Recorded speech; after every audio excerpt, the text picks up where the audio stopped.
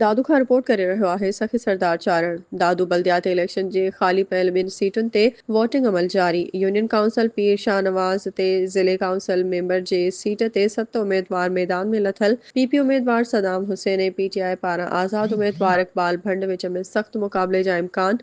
जोही तालके जे union council ड्रिघबाला जे ward number 1 ते 5 उम्मीदवार मैदान ते लथल। पीपी पारां अब्दुल फताह कच्ची, आज़ाद उम्मीदवार सईदुल्ला, अब्दुल सत्तार डाहिरी, मोहम्मद कासिम, मोहम्मद वारिस कच्ची उम्मीदवार आहिनि। ॿिनि सीटुनि ते वोटिंग लाइ 10 पोलिंग स्टेशन क़ाइम कयूं वयूं आहिनि, जंहिं में 3 पोलिंग स्टेशन इंतहाई हसास ऐं 7 हसास करार ॾिनियूं वयूं आहिनि। पोलिंग स्टेशन जी सिक्योरिटी लाइ 352 मर्द ऐं औरत पुलिस एहलकारनि खे मुक़रर कयो वियो आहे।